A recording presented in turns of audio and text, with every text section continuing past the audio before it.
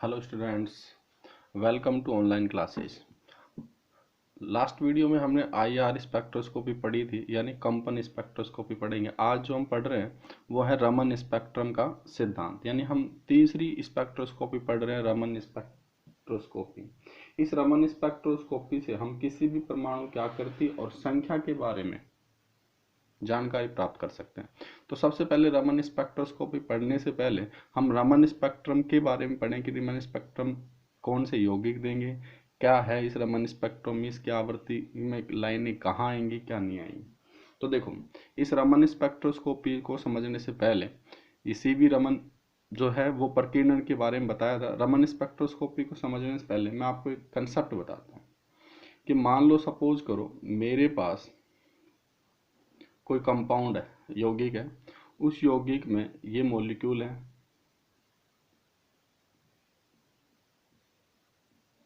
Clear है। इसमें क्या होता है, ये जो यौगिक लिया है मैंने, इस पर मैंने कोई एक वर्णी प्रकाश की विकिरण गुजारी इसमें से। अब प्रकाश गुजार रहे हो तो इसका कुछ ना कुछ आवृत्ति होगी। मान लो मैंने इसको क्या बोला, एच म्यू बोल दिया। क्या बोला इसको, एच म्यू। इसका मतलब ये जो मैंने एक वर्णी प्रकाश की किरण है, ये कौन सी है, आपतित विकिरण। कौन सी है, आपतित विकिरण। क्लियर है। अब ये क्या करेंगे, जब आप इस मॉलिक्यूल में से इसको गुजारोगे तो कुछ तो इस विकिरण में से प्रकाश पास हो जाएगा, तो इसको तो हम बोल देंगे क्या, पारगित प्रकाश। कुछ प्रकाश इस अणुओं के द्वारा अवशोषण कर लिया जाएगा और कुछ प्रकाश जो है वह इन मॉलिक्यूल के द्वारा प्रकीर्णित कर दिया जाएगा।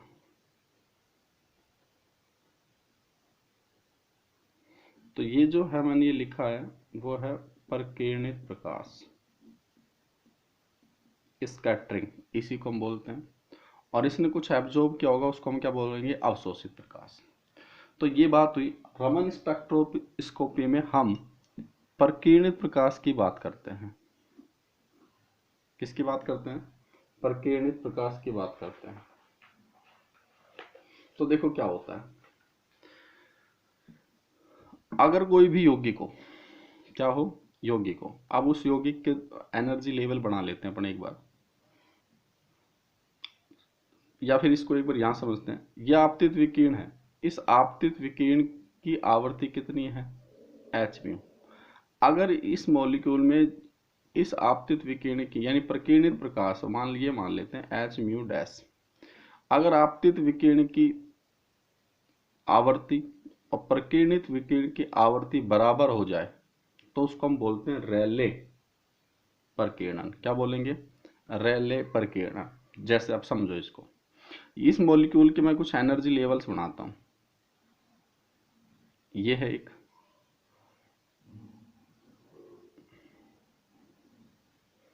मैंने ये कुछ एनर्जी लेवल्स बनाए हैं। यहां पे मान लो n बराबर कितना है, 0 है। ये n लेवल है, भाई आपको पढ़ा होगा, कोई भी है उनके एनर्जी लेवल्स होते हैं। n बराबर 0, ये 1 n बराबर 2, n बराबर 3। ये ग्राउंड स्टेट या निम्नतम अवस्था में होता है। मतलब इसको हम ये कौन सा लेवल बना लिया, निम्नतम अवस्था में। ठीक, तो ये कौन सा होगा, वर्चुअल लेवल होता है, ये नहीं उत्तेजित मान लेते इसको, एक्साइटेड लेवल। क्लियर है। देखो क्या होता है, ये यौगिक है, उनके एनर्जी लेवल से मैं यहां से कुछ तरंग दैर्घ्य यानी एक वर्णी प्रकाश की विकिरण गुजार रहा हूं और इसकी आवृत्ति मैंने क्या ले ली, एच म्यू। तो यदि ये कंपाउंड यानी इसका लेवल यहाँ कितना है, एच एन 0, तो ये क्या करेगा, समझना, ये पहले ग्राउंड स्टेट में है तो इसकी कुछ ना कुछ ये ऊर्जा लेगा, तो इसके पास कुछ ना कुछ ऊर्जा आ जाएगी। तो ये इसका जो इलेक्ट्रॉन्स होगा या कुछ भी एनर्जी लेवल है वो उत्तेजित अवस्था वर्चुअल लेवल में जाएगा, जितनी ऊर्जा के अवशोषण कर, ठीक है। जितनी ये ऊर्जा लेके यहाँ गया, यदि ये वापस उतनी ही ऊर्जा दे देता है तो इस चीज को हम बोलते हैं रेले प्रकीर्णन। इट मीन्स आपतित विकिरण की तीव्रता कितनी हो गई, एच म्यू, जो यहाँ से लेके यहाँ तक गया एच म्यू, यहाँ से वापस जब यहाँ आया तो वो भी कितनी है, एच म्यू। इट मीन्स जब आपके पास H mu is equals to किसके हो जाए, एच म्यू के, यानी जब ये कंडीशन हो जाए तो एच म्यू, या इसको हम एच म्यू डैश दे देते हैं। एच म्यू डैश क्या है, प्रकीर्णन प्रकाश की तीव्रता, वो आवृत्ति, और ये किसकी आवृत्ति है, आपतित विकिरण। तो ये बराबर होगी, तो इस चीज को हम बोलेंगे रेले प्रकीर्णन। क्या बोलेंगे, रेले प्रकीर्णन। अब कंडीशंस क्या होती है, दूसरी कंडीशन समझाता हूं। एच म्यू यानी ये आवर्ती की ये ले, तो अगर इसका इसने लिया और ये यहां से यहां तक गया, इतनी ऊर्जा ली, और ये वापस निम्नतम अवस्था n0 में ना कर कहाँ जाए, n1 में। तो सपोज करो, मान लो मेरे पास ये 50 था, कितना था, 50। अब ये रिलीज करके कितना दे रहा है, 40। तो बताओ इसने कितने का यहाँ रख लिया, इसने 10 का। तो जब क्या आपतित विकिरण की तीव्रता ग्रेटर देन हो किससे, एच म्यू डैश से। भाई मिलनी कितनी चाहिए थी, 50 की 50, लेकिन कम मिल रही है, तो प्रकीर्णित है ये, सॉरी प्रकीर्णित, ये एक स्कैटरिंग है, प्रकीर्णित है, तो ये कम हो गई। तो इस लाइन को हम बोलेंगे स्टोक लाइन। कौन सी लाइन बोलेंगे, स्टोक लाइन। क्लियर है। और यदि सपोज करो, एक कंडीशन ये भी तो हो सकती है कि ये लेवल यहाँ था और ये कंडीशंस यहाँ आ जाए। इट मीन्स इस वाली कंडीशंस के लिए, यानी इन लाइन के लिए हमने क्या किया कि एच म्यू लेस देन हो गया किससे, एच म्यू डैश से। तो इट मीन्स इन लाइनों को आप बोलोगे एंटी स्टोक लाइन। कौन सी लाइन है ये, एंटी स्टोक लाइन। क्लियर है। तो रमन स्पेक्ट्रोस्कोपी वो समझने से पहले हमने क्या समझना है, हमें 3 टाइप्स की लाइन, यानी ये रेले प्रकीर्णन होगी, ये stoke line, anti stock line. और इन दोनों का जो ये अगर किसी रेले प्रकीर्णन से आवृत्ति कम या ज्यादा होती है तो उसको हम बोलते हैं रमन प्रभाव। क्या बोलते हैं, रमन प्रभाव। और रमन प्रभाव में आपके पास 2 लाइन होंगी, एंटी स्टोक लाइन्स और स्टोक लाइन्स। क्लियर है। तो अगर आपसे कोई पूछे, जो रमन रेले प्रकीर्णन में तो कुछ होगा ही नहीं, H mu is equal to किसका होगा, एच म्यू डैश के होगा। यानी जब आपतित विकिरण की आवृत्ति किसके बराबर हो, प्रकीर्णित प्रकाश के विकिरण की आवृत्ति के बराबर हो, तो उसको तो हम क्या बोलते हैं, रेले प्रकीर्णन। अगर आपतित विकिरण की आवृत्ति ज्यादा हो देन किससे, प्रकीर्णित प्रकाश की आवृत्ति से, तो उसको हम कौन सी लाइन बोलेंगे, स्टोक लाइन्स। और कम हो जाएगी तो उसको हम क्या बोलेंगे, एंटी स्टोक लाइन। क्लियर। यानी और रमन प्रभाव किसको बोलोगे, यानी जब आपतित विकिरण की आवृत्ति प्रकीर्णित विकिरण की आवृत्ति से कम या ज्यादा हो जाए तो उसको हम क्या बोलते हैं, रमन प्रभाव। ठीक है।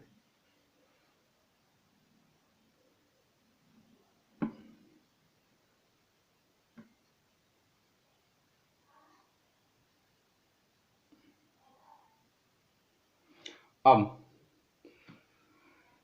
इसके बाद हमें क्या पढ़ना है कि भाई हमने लाइनें पढ़ी, लाइनें 2 टाइप्स की होंगी, एक स्टोक लाइंस, एक एंटी स्टोक लाइंस। अब देखो कैसे बनानी। जो stoke lines anti stoke lines है वो पढ़ी लिया आपने। रेले लाइन और रमन लाइन के मध्य की जो आवृत्ति है, मतलब मैं लिख रहा हूं,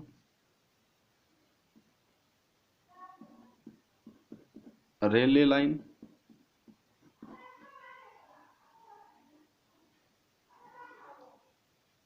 लाइन व रमन लाइन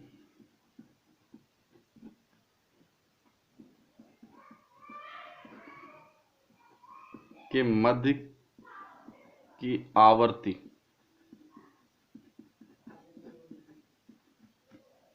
के अंतर को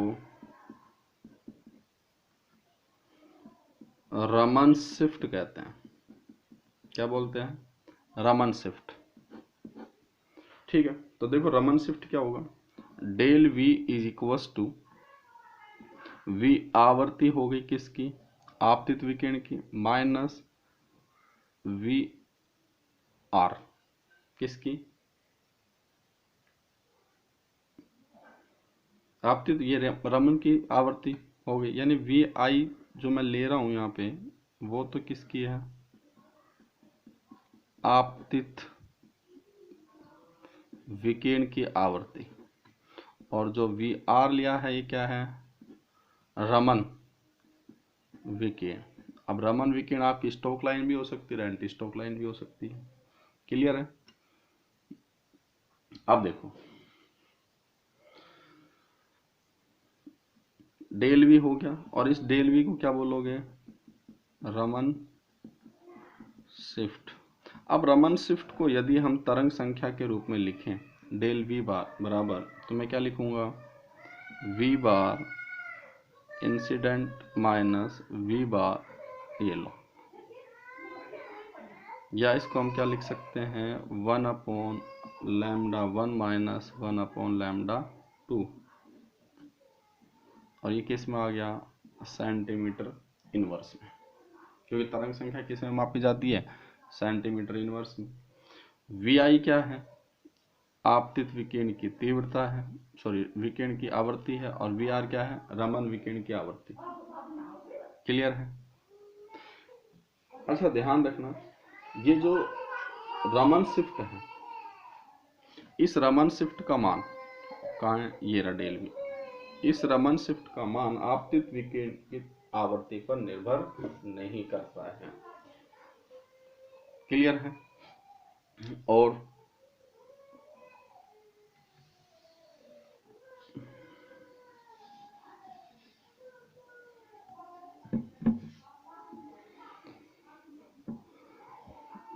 डेल वी बार किसके लिए, स्टोक लाइन के लिए कैसा होगा, धनात्मक, और del V bar anti stock line के लिए, एंटी स्टोक लाइन के लिए ऋणात्मक होता है।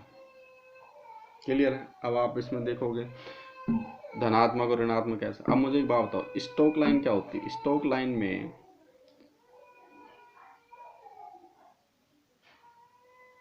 धनात्मक, और ये क्या हो गया स्टोक लाइन में। अब देखो आप वहां से,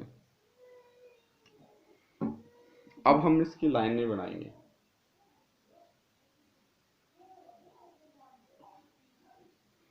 तो देखो कैसे बनेंगे।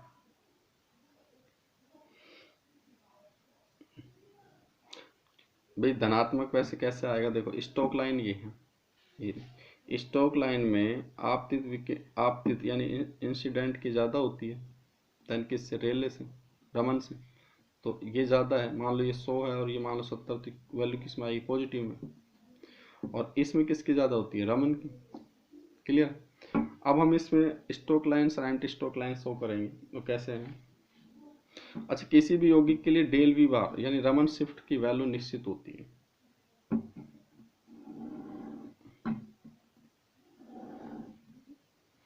यहां जो आ रही है ये लाइन, सपोज करो ये लाइन मैंने बताई आपको, अगर इस लाइन पर H mu is equals to H mu dash हो, तो ये किसको प्रदर्शित करेगी, रेले लाइन को। और रेले लाइन के लिए रमन शिफ्ट की वैल्यू क्या होगी, 0। इसके बाद अच्छा ध्यान देना, यहां से यहां तक का जो गैप है ये इक्वल होगा, चाहे वो स्टोक लाइंस के लिए हो चाहे एंटी स्टोक। इसका मतलब ये गैप और ये गैप सेम बढ़ाना है, और ये क्या है, डेल वी, फिर ये गैप इक्वल आएंगे।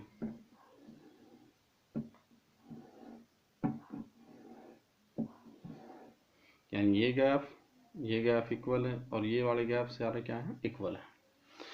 अगर H mu is greater than H mu dash हो,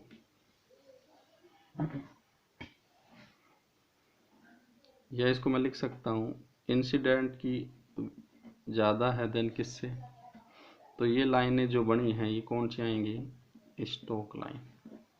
और स्टोक लाइन के लिए DLV बराबर क्या लिखोगे, पॉजिटिव। तो एंटी स्टोक लाइन्स में क्या लिखोगे, H mu dash is greater than H mu, यानी VI is less than V। और ये V जो है ये प्रकीर्णित विकिरण की आवृत्ति है और VI क्या, आपतित विकिरण की आवृत्ति। तो ये लाइनें जो बनेंगी वो क्या बनेंगी, एंटी स्टोक लाइन।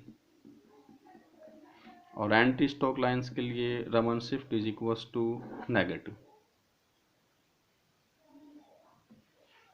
क्लियर है। तो आज हमने पढ़ा है रमन स्पेक्ट्रोस्कोपी का सिद्धांत, यानी रमन स्पेक्ट्रोस्कोपी कौन से कंपाउंड देंगे, कौन से, अच्छा रमन स्पेक्ट्रोस्कोपी जो है जो कौन से कंपाउंड देते हैं, तो वो कंपाउंड जिनको विद्युत क्षेत्र में रखने पर जो प्रेरित द्विध्रुव आघूर्ण उत्पन्न करे वो ही रमन स्पेक्ट्रोस्कोपी देते हैं, और कोई से यौगिक रमन स्पेक्ट्रोस्कोपी नहीं देंगे। और इसमें हम घूर्णन और कंपन की बात करेंगे नेक्स्ट वीडियो, क्योंकि रमन घूर्णन भी आएगा, रमन कंपन